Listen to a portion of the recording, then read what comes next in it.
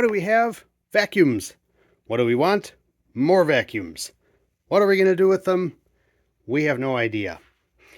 So I've got all in one place my collection of commercial canister vacuums. These would have been sold pretty much not for home use, but any other kind of application like heavy duty cleaning.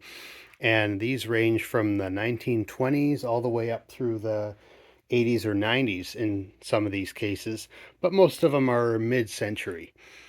You have seen the Electrolux CA in a previous video. That's probably the nicest one that I have here, and it's one of the couple that have a power nozzle. So you know this of course has the big huge disposable bag, not self-sealing but otherwise just a giant version of the Electrolux canister bag.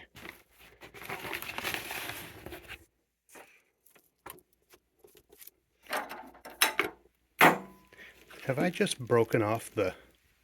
Darn it, I think I have.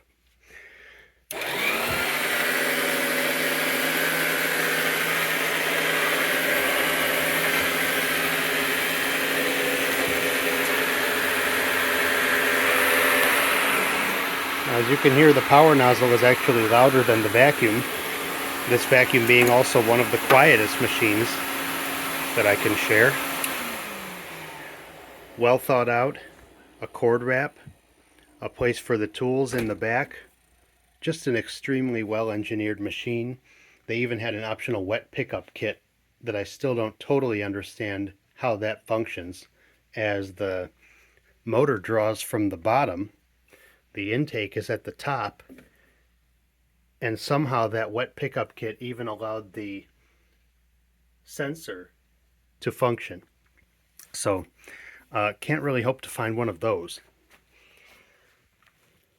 Now this is my little service vacuum for the last few years. This rides on the van and cleans out central vac systems, and that's why it's marked with our name and phone number.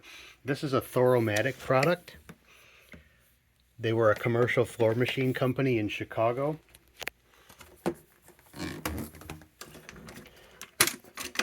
I have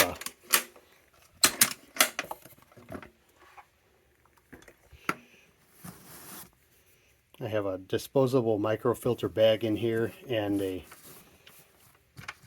ill-fitting foam filter. And what's interesting is, so this was like a vac shop Franken vacuum. This you may recognize as a part from a filter queen, and so is the motor. This has just a filter queen like a Model 31 motor in it. Single speed, not bypass cooled, where this machine originally would have had a bypass motor in it, and it would have vented around the sides here, and this would have been the cooling air intake. But somebody modified this and I ended up with it.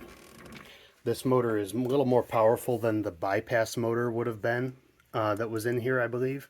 And it does come with a power nozzle outlet, or in my case, a tool outlet. I use this thing as basically a big extension cord / dust collector sometimes. So like if I'm using the oscillating tool, I'll plug it into here and I'll have the vacuum running and I'll be sucking up the sawdust as I create it.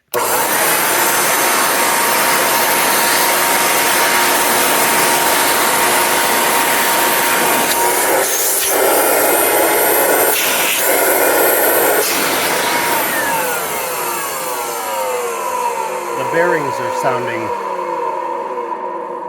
a little worse for wear, and at some point this thing had a problem with, I think, a carbon brush sticking, because it would start arcing and carrying on and sounding like it was dying, and then you would turn it off and give it a minute and turn it back on and it'd be fine, as it has been ever since. The other thing, on a real Thoromatic shop vac, you'll find a hose coupling that will secure the hose in about like one of these. And this one came to me without that, so I just adapted it so a central vac hose cuff will fit tightly in there, and then this end will fit into the central vac inlet, or it can accept a tube with a brush. And I've been using this as the end of a electric hose, and the button broke off, so I replaced it, but I've been using it here. I found that the open suction control actually is very handy for like cleaning filters and things where you don't want to suck the material in, you just want to get the dust off of it. So this is the only one out of the ones I'm going to show you that I actually use. This is, I always thought these were cool, the Oric commercial canister vacuum. This is an early one. This has the Whirlpool power brush, which is the basis of the early Oric uprights. Now I did take this apart. I was half expecting to find a fan in here, and that would make this a tandem air machine, but sadly it does not have a fan, so it is just a power nozzle. Always thought these were neat with the cage to hold the hose. This will have a through flow motor. The later one I'll show you has a bypass motor. This is made by Mastercraft in Newburgh, New York, which is still in business. You can still buy, not this, but one of these.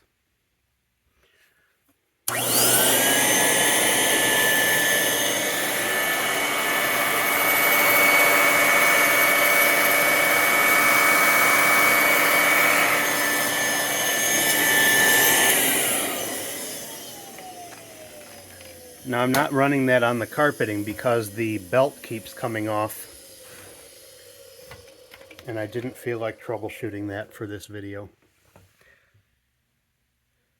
Very cool early Oric XL logo, and this is also interesting to see them based in Stamford, Connecticut rather than New Orleans. So this was a Whirlpool product. This was a Mastercraft product. And that says that at the time, I think this has got to be late 60s, if I had to guess, maybe early 70s. But at the time, he was already amalgamating, like, oh, this company makes this thing, and this company makes that thing, and we could sell this, and we could sell that.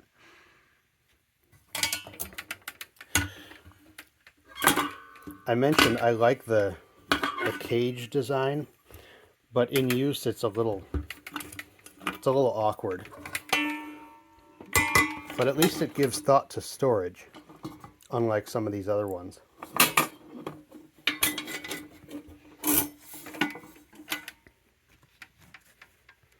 So a flat cloth filter and a disposable bag.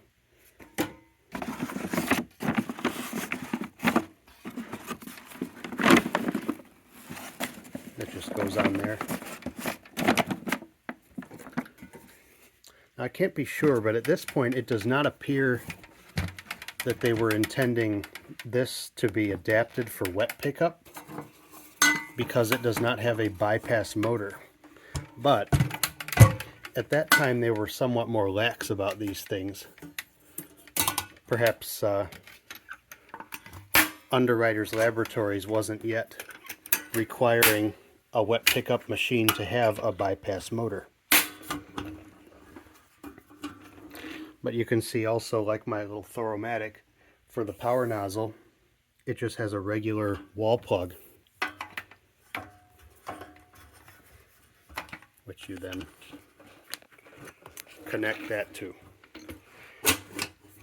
Okay, so somewhat later in the evolution of that product was this, which is an Oric labeled Mastercraft commercial canister. This one was not sold with the power nozzle, but even so it has the port for one, and instead of a regular wall receptacle, this now has the 3-prong connection that this has up at the handle, but in this case it would be, so this same connection, but the cord would be a female on this end and a male to plug in here.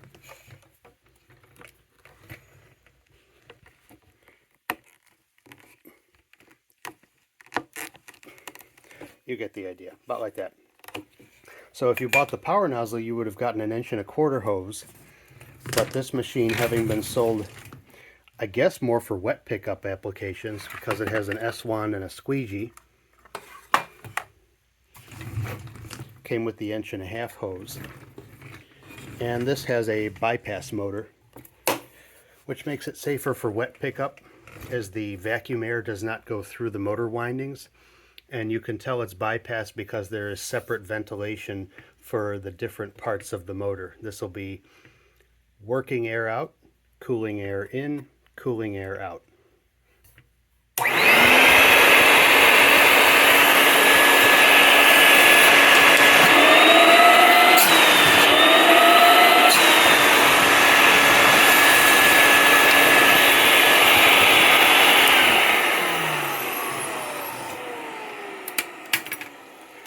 Now this one internally is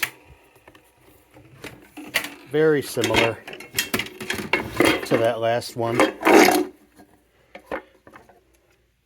You can see the flat fabric filter. These actually would have filtered quite well because they had the disposable bag and then a secondary fine, this is like felt material more than fabric. So good filtering for dry pickup, but for wet pickup you would take these out and you would put on the wet pickup adapter, which is a ball float and a foam filter, and that just sticks onto here.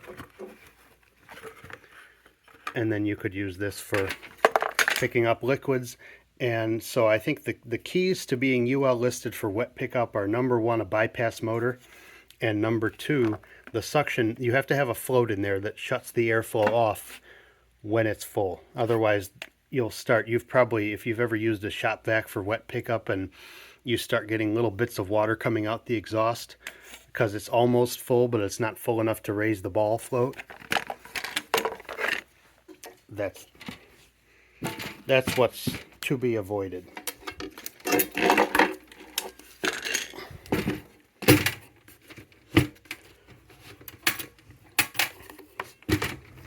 So I believe this was the, what is this, a PT57? PT357 SS with the fancy stainless steel tank. Because I like a little bling bling on my vacuums. Now interestingly, this is rated as a blower in addition to being a vacuum cleaner, but having a bypass motor, it cannot be used as a blower. The exhaust just comes out here. Unlike on this one where you could connect the hose up at the top. Okay, so along the same lines are several commercial, these are like, you'd call them shop type vacuums.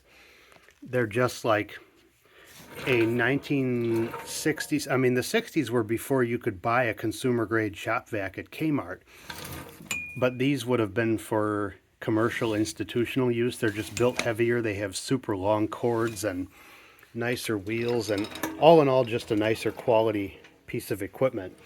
This has a gorgeous logo, and this is from another commercial floor machine company in Chicago, the United Floor Machine Company. This came to me with a brush attachment, but no doubt they would have had a squeegee available as well as a rug shoe tool. So this is a Univac. No relation to the early computer system called Univac. Now they do have a 5-digit zip code here, but here it just says Chicago 19.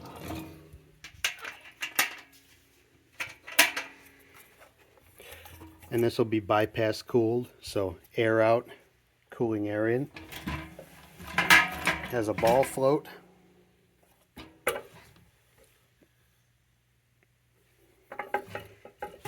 And a cloth filter.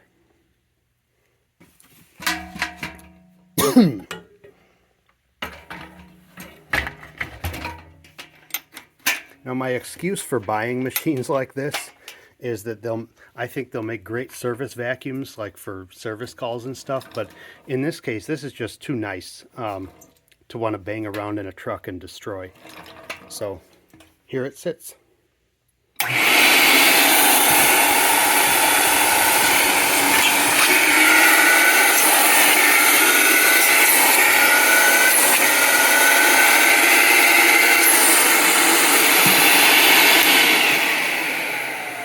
Lots of power, great airflow. Now here's one made by a third Chicago floor machine company, the Hild Floor Machine Company. Where's the badge?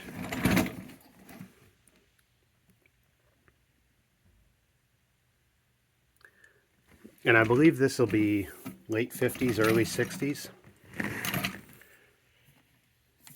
Well, let's open it first. Nice bumpers on this one. Big heavy bumper around the rim of the motor housing. And little baby bumpers so that the caster mounts don't slam into the walls.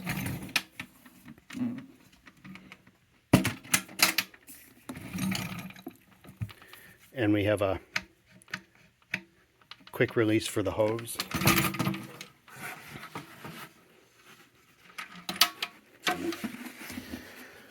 And you can see this one has a cage for a ball float, but there is no float.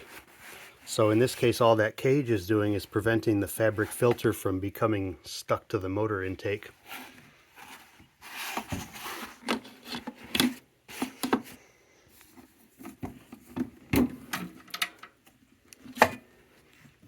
There's Hild on that intake casting.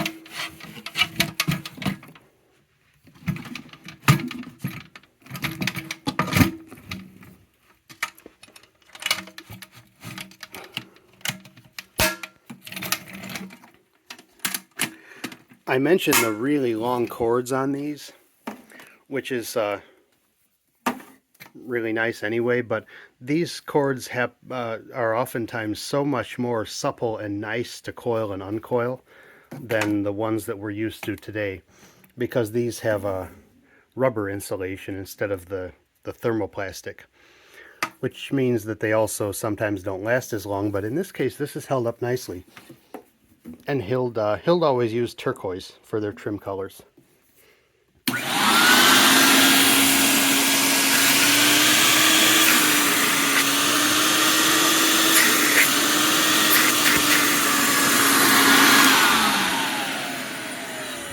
This one's noticeably less powerful than this one, but the motor in this one was used in some central vacs in the 50s and 60s, like the VacuFlow H10 and the Clean-O-Matic, which I went over in a prior video. They used this same motor. The performance would have been obviously even more underwhelming, or would that be even less whelming, at the end of a long hose. So here's another Hild product. This is a cute little portable that's pivoting on center wheels, and it's called the Rollaway. This has a roto-molded housing, and again the turquoise cord. This has a different insulation material. It's still rubbery, but it's not as supple.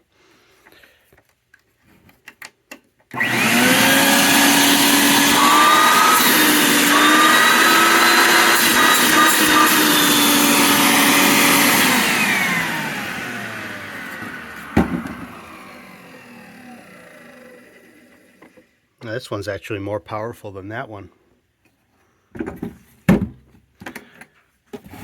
And it's kind of interesting when you take the latches off and take the lid off, the bag just sits inside the lid and the motor is underneath. The other interesting thing is, so the motor is here. Theoretically, this could have had two motors in it. And of course the real bag is not made anymore, but I think this was a Dirt Devil C bag. Yep. Which is that thin, crappy paper. If I really wanted to use this, I would have some kind of secondary filter over the screen. But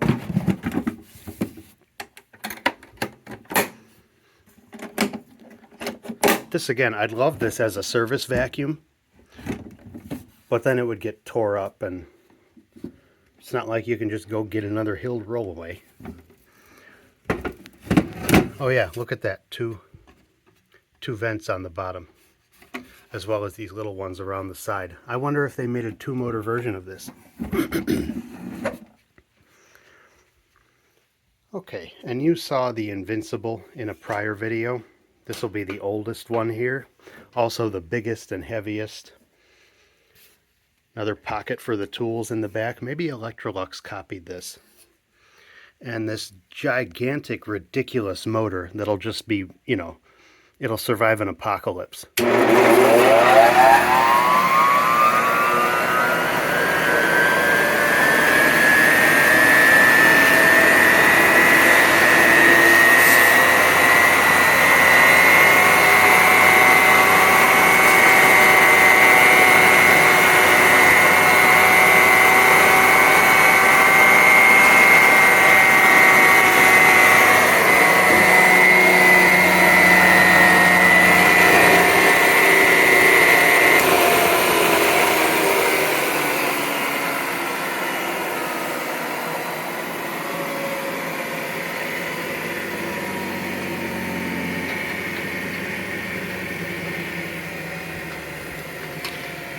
Moves a lot of air, not a ton of water lift, but enough to get the air to move through the hose, so it would be an effective cleaner. And again, a very long, very heavy duty cord, and an interesting separation system. So this does have a cloth filter.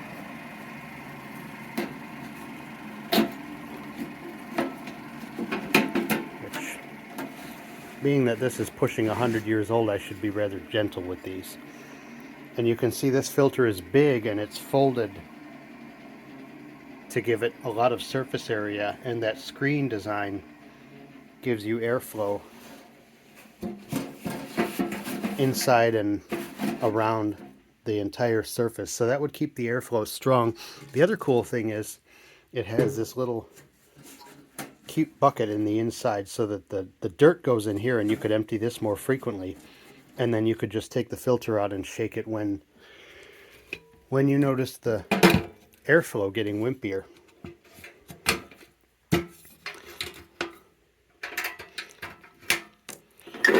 And these will be the original blunt force trauma tools. This for the upholstery and this for the carpet. Sadly, no wand. We didn't get the wand. And I'll conclude with one you haven't seen before. That is, unless you happen to go down and visit Mid-Missouri Vacuums in Rolla, Missouri. This came home with me last year for repair. So it's on loan, but this is a Spencer Multivac, I believe from the late 40s or early 50s.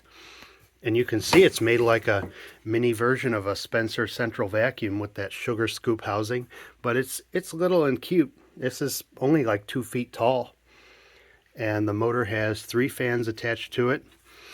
It had been reassembled improperly when I got it, and the fans rubbed.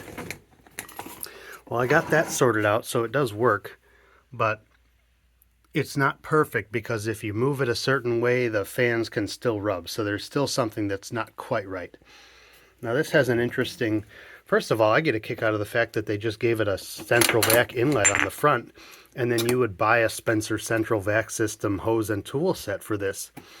And you'd have to schlep all that around along with this thing. So I can't imagine this was very pleasant to use. And the other thing is the power is not awesome, not what I'm used to from Spencer. To empty this, you undo these side latches, and then you take out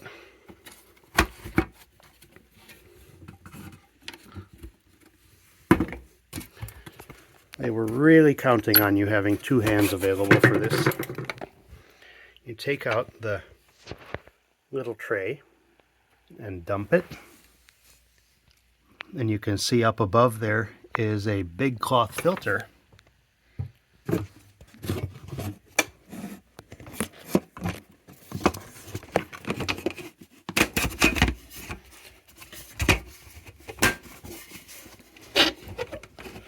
Please hold.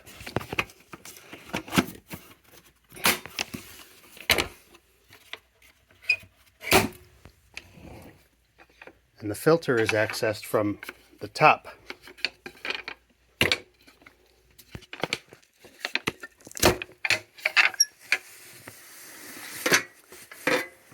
And when you pull this top housing out, the filter is attached to it. And the idea being that you can shake this filter out and the dirt falls into the pan. So it was made to be quite a bit cleaner to empty than some other designs. And it has a Black & Decker motor made around the time Black & Decker would have started making complete motor assemblies like most all of these other ones use. Those will have been Lamb motors, but Lamb and Black & Decker were one and the same. Lamb bought Black & Decker's motor company. So this would have most likely been used with a 12.5-foot hose, nothing longer than that. And Spencer would have recommended small tools like 10-inch carpet and floor tools, not the big 15+ inch ones that you would use with the central systems, because this thing just doesn't have the cleaning power to make those tools effective.